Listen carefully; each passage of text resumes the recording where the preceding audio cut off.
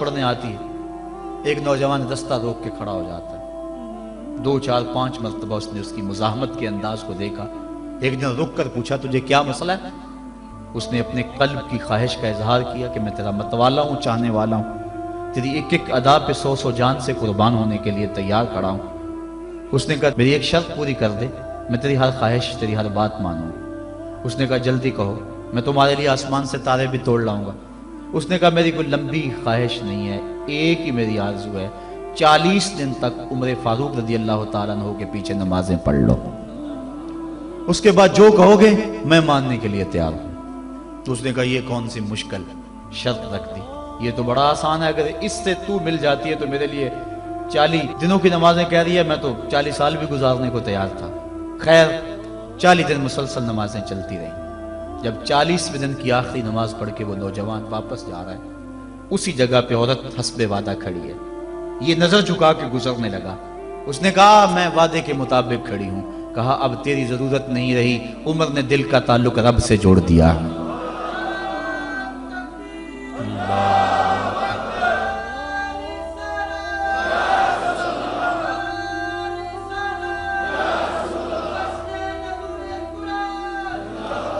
اگر ہم 40 سال ہمارے پیچھے لوگ نمازیں پڑھتے رہیں اور ان میں تبدیلی نہ آئے تو پھر ہمیں سوچنا چاہیے نا، مجھے سوچنا چاہیے کہ 40 سال ہو گئے ایک بندہ میرے پیچھے نماز پڑھ رہا، اس میں تبدیلی نہیں آ رہی۔ 40 دن نماز پڑھی، قرآن دل سے نکلا اور زبان کے ذریعے سے دل میں پیوست ہو گیا، دل کی دنیا بدل گئی۔ کاش کہ وہ لوگ دوبارہ منصہ شہود پہ آ جائیں اور وہ لوگ دوبارہ مصلوں کی زینت بن جائیں، جن کے لبوں سے قرآن جب نکلتا ہے تو فرشتے بھی آفرین آفرین کرتے ہیں، اور قرآن دلوں پہ اثر کرتا ہے اور دلوں کے زنگ اترتے ہیں اور روحوں کو قرار ملتا ہے۔ آج امت کے لیے ابتلا اور آزمائش کے مرحلے طویل سے طویل تر ہوتے چلے جا رہے ہیں۔ اس کا ایک سبب یہ ہے کہ جو امت کے رہنما ہیں وہ درد کی دولت سے خالی ہیں۔ واعظ قوم کی وہ پختہ خیالی نہ رہی، برق طبعی نہ رہی، شعلہ میں کالی نہ رہی، رہ گئی رسم آذاں روح بلالی نہ رہی، فلسفہ رہ گیا تلقین غزالی نہ رہی، مسجد مرثیہ خواہیں کہ نمازی نہ رہے، یعنی صاحب اوصاف وہ حجازی نہ رہے۔ آج ہمارے اندر کچھ نہیں رہا، دم خم ہی نہیں رہا، ورنہ اس امت کا بکھرا ہوا شرازہ آج بھی متحد ہو سکتا تھا۔ آج پوری امت جس طرح دھکے کھا رہی ہے، کس کے سامنے نہیں ہے حالات۔ کبھی ہمارا کردار لوگوں کو زندگی کی راہیں دکھایا کرتا تھا، آج ہمیں دیکھ کے لوگ دین سے بدزن ہوتے چلے جا رہے ہیں۔ حضرت نبی رحمت صلی اللہ علیہ وآلہ وسلم کی سیرت پر مشتمل ایک کتاب لکھی گئی ہے عرب کا چاند، اور اس کا رائٹر ہے سوامی لکشمن پرشاد، انڈیا کا رہنے والا ہے۔ اس نے حضور کی سیرت پر 200-250 صفحات پر مشتمل کتاب لکھی۔ بچپن میں میری نظر سے بھی گزری، بڑے ذوق سے اس کو پڑھا تھا۔ سوامی لکشمن پرشاد سے انٹرویو کیا گیا کہ تو نے حضور کی سیرت پہ کتاب لکھی ہے، اتنا بڑا کام کیا، تو کلمہ پڑھ کے حضور کا غلام کیوں نہیں بن جاتا؟ جس انداز سے تو نے محبت کے موتی بکھیرے ہیں اور الفتوں کے پھول اس کتاب میں تو نے اگائے ہیں، تو کیوں نہیں کلمہ پڑھ کے حضور کا غلام بن جاتا؟ تو لالو کا جواب سنیے، ہماری آنکھیں کھول دینے کے لیے کافی ہے، اور اتنا زناٹے دار تماچا ہے، اگر ہم محسوس کریں تو صدیوں اس کی کسک نہ جائے، اگر نہ محسوس کریں تو وہ ایک گاڑی کے پیچھے لکھا تھا عقل نہ ہو تو موجیں موجیں، لیکن اگر سمجھنے کی بات ہو تو اتنی بڑی تنبیہ ہے کہ پاؤں کے نیچے سے زمین نکل جاتی ہے اور ہمیں اپنے وجود سے شرم آتی ہے، ہمارے جسم کا ایک ایک رواں پسینے سے شرابور ہو جاتا ہے۔ سوامی لکشمن پرشاد نے جواب دیا، کہا جب میں حضور کی سیرت لکھنے بیٹھا، بڑی بڑی امہات کتب سیر کو پڑھا، اور اس کے نتیجے میں نے یہ کتاب تیار کی ہے۔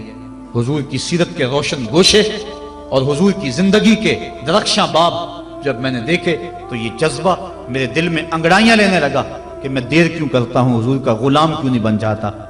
لیکن جب میں مسلمانوں کے کردار کو دیکھتا ہوں تو میں کہتا ہوں میں ہندو ہی ٹھیک ہوں۔ ہمارا کردار لوگوں کے ایمان کے راستے میں رکاوٹ بنا ہوا ہے۔ جب امریکہ کے خلاف نعرے لگ رہے تھے، ان نعرے لگانے والوں میں بھی شامل تھا، لیکن ایک بات میں نے کہی تھی، میں نے کہا آج ہم دنیا کی اس طاقت کے ساتھ ٹکر دینے کی بات تو کرتے ہیں، لیکن ہم نے کبھی اپنے کردار کو جھانک کر کے بھی دیکھا؟ جس بستی، جس شہر اور جس ملک کی حالت یہ ہے کہ واٹر کولر کے اوپر لگے ہوئے جو گلاس ہیں وہ بھی زنجیروں سے باندھے ہوئے ہوں، وہ قوم امریکہ جیسی قوم سے ٹکر نہیں کر سکتی ہے۔ مسجدوں کی لیٹرینوں کے گندے لوٹے بھی سنگلیوں سے باندھنے پڑے، جس قوم کا یہ کردار ہے، کیا وہ قوم پنپ سکتی ہے، جہان میں نشو و نما پا سکتی ہے؟ ہم تو اس قدر گراوٹ کا شکار ہیں، ہم اس قدر گرے ہوئے ہیں کہ ہماری لیٹرینوں کے گندے لوٹے وہ بھی باندھ کے رکھنے پڑتے ہیں، ورنہ ہم اتنے چور ہیں کہ وہ بھی اٹھا کے لے جائیں۔ تو جس قوم کا یہ حال ہو، وہ قوم کیا دنیا کی طاقتور قوموں کی آنکھوں میں آنکھیں ڈال کے بات کر سکتی ہے؟ آج ہمارا المیہ یہی ہے، ہمارے پاس سب کچھ ہے، لیکن ہمارے پاس وہ ایمان کی حرارت نہیں رہی، وہ دیانت نہیں رہی، وہ روشنی اور وہ نور نہیں رہا، وہ ہمارے پاس وہ اجالے نہیں رہے۔ قرآن نے ہمیں جو زندگی گزارنے کا ڈھب دیا ہے، ہمارے پاس وہ ڈھب نہیں رہا۔ ہماری زندہ لاشیں لوگوں کے ایمان کے رستے میں رکاوٹ بنی ہوئی ہیں، ورنہ ہم اپنے صدر اسلام میں دیکھتے ہیں اور بعد کی کہانیاں پڑھتے ہیں تو دنگ رہ جاتے ہیں۔ امام محمد کا جنازہ اٹھتا ہے تو ایک یہودی آگے بڑھ کے جنازے کی چارپائی کو کندھا دینے کی خواہش کرتے ہوئے آگے بڑھتا ہے، اور جو ہی کندھا امام محمد کے جنازے کی چارپائی پہ چھوتا ہے تو اس کے لبوں پہ کلمہ جاری ہو جاتا ہے۔ ہمارے بزرگوں کی لاشیں بھی دین دیا کرتی تھی، ان کی میتیں بھی لوگوں کو کلمہ دیا کرتی تھی، اور ہماری زندہ لاشیں لوگوں کو اسلام سے ہٹا رہی ہیں۔ میں نے اور آپ نے اپنے رویے کو دیکھنا ہے، اپنے عمل پہ غور کرنا ہے۔ علماء نے اپنے منصب کو دیکھنا ہے، جو صوفیاء اعظام ہیں، مشائخ ہیں، انہوں نے اپنے منصب کو دیکھنا ہے، اور جو عوام ہیں انہوں نے اپنے منصب کو دیکھنا ہے۔ تیرے صوفے ہیں فرنگی، تیرے کالی ہیں ایرانی، خون کے آنسو رلاتی ہے جوانوں کی تن آسانی، ہر کوئی مست مئے ذوق تن آسانی ہے۔ تم مسلمان ہو یہ انداز مسلمانی ہے، حیدری فقر ہے نئے دولت عثمانی ہے، تم کو اسلاف سے کیا نسبت روحانی ہے، وہ معزز تھے زمانے میں مسلمان ہو کر، تم خار ہوئے ہو تارک قرآن ہو کر۔ ہماری ذلت، ہماری پستی، ہماری زبوحالی کی وجہ یہ ہے کہ ہم نے قرآن سے ناطہ توڑ لیا ہے۔ آئیے قرآن سے ٹوٹا ہوا ناطہ دوبارہ جوڑیں اور صحیح معنوں میں مسلمان بن جائیں۔ جب صحیح معنوں میں مسلمان بن جائیں گے تو دنیا کی بڑی طاقتیں ہمارے سامنے خم ہو جائیں گی۔ ہم تو 313 ہو کے نہیں دبے تھے، اب تو دنیا کی ایک بہت بڑی قوت ہے اہل ایمان۔ تو آئیے ہم قرآن مجید سے اپنے رابطے کو مضبوط تر کریں اور قرآن مجید کی جو تعلیمات ہیں ان تعلیمات کو اپنے معاشرے میں نافذ کرنے کی کوشش کریں۔ دیکھیے ہمارا معاشرہ اس وقت جس بد امنی کا شکار ہے، اور جو مالی وسائل اس وقت ہمارے پاس موجود ہیں اور آسائشیں اللہ کی طرف سے اس وقت برس چکی ہیں ہمارے اوپر، اس کے باوجود ہر طرف بے یقینی، بے نوری اور عدم اطمینان، اس کی بنیادی وجہ چونکہ طمانیت دولت میں نہیں ہے، یہ بات ذہن میں رکھیں۔ طمانیت لمبی گاڑیوں میں نہیں ہے، سکون کی دولت خوبصورت عورت کے پہلو میں نہیں ہے۔ طمانیت تمہیں ملے گی تو اللہ کی یاد میں ملے گی، طمانیت ملے گی تو ذکر الہی میں ملے گی، طمانیت تمہیں ملے گی، سکون کی دولت ملے گی تو قرآن کے دامن سے ملے گی۔ آج اتنا کچھ ہونے کے باوجود بھی رسوائیاں ہمارا مقدر ہیں، ذلت ہمارا مقدر ہے، اور آج ہمارا وجود امت مسلمہ کے لیے ایک داغ کی حیثیت رکھتا ہے۔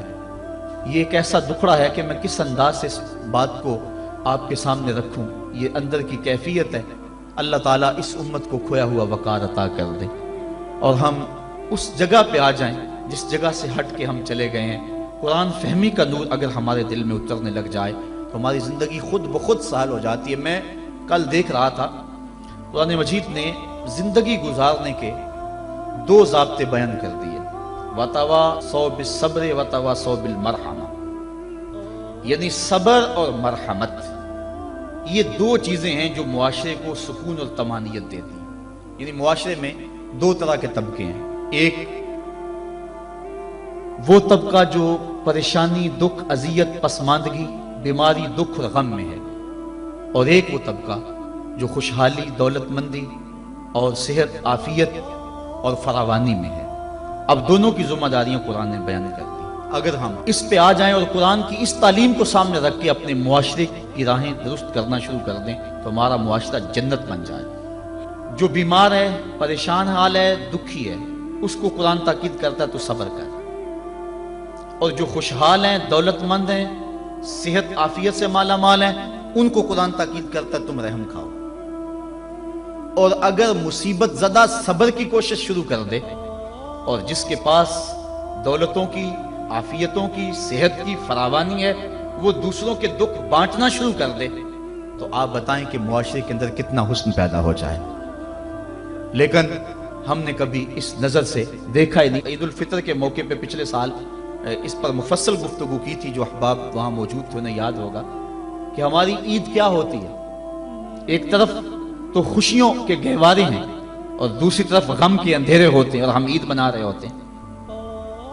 ہماری عید جو ہے وہ غریبوں کو، پسماندہ لوگوں کو، پریشان، دکھی اور بیماروں کو، ان کو اپنی خوشیوں میں شامل کرنے کا نام حقیقی عید یہ ہے۔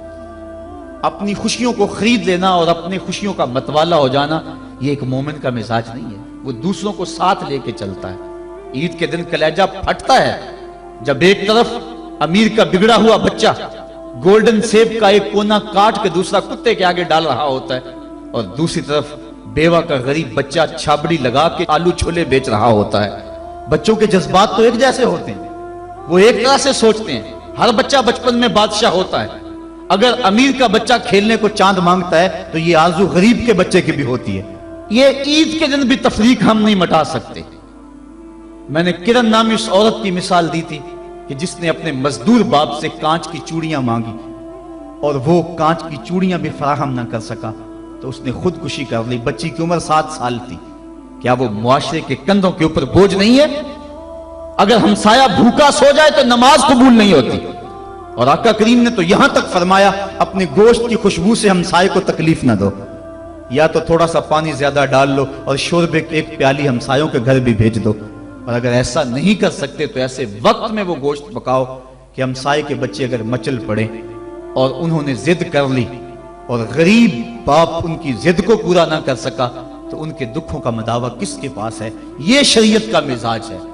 عید کے دن، عید کی رات جو موانست کی رات ہے، جو محبتوں کی رات ہے، دکھ لوگوں کے بانٹنے کی رات ہے، وہاں بے چراغ گھروں کا رخ کرو، اور جن کے گھروں کے اندر سکون اور طمانینت نام کی کوئی چیز نہیں ہے، جن کے گھر کے اندر خوشی نام کی کسی چیز کا بسیرا نہیں ہے، عید کے دن وہ دکھی گھر ڈھونڈو اور محبتیں جا کے ان گھروں میں تقسیم کرو، اور عید کی خوشیوں میں اگر ان کو شامل کر لیتے ہو تو یہ قرآن کا مزاج ہے۔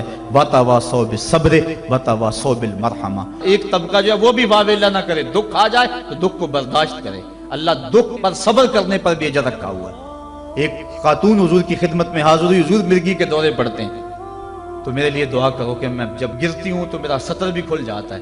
تو آقا کریم نے فرمایا اگر تو کہے تو میں دعا کر دوں، اور اگر تو صبر کر تو تجھے اللہ جنت عطا فرمائے گا۔ اس نے عرض کی حضور مجھے جنت والا سودا قبول ہے، مجھے یہ مرگی کے دورے پڑتے رہیں لیکن صبر کروں گی جنت مجھے مل جائے۔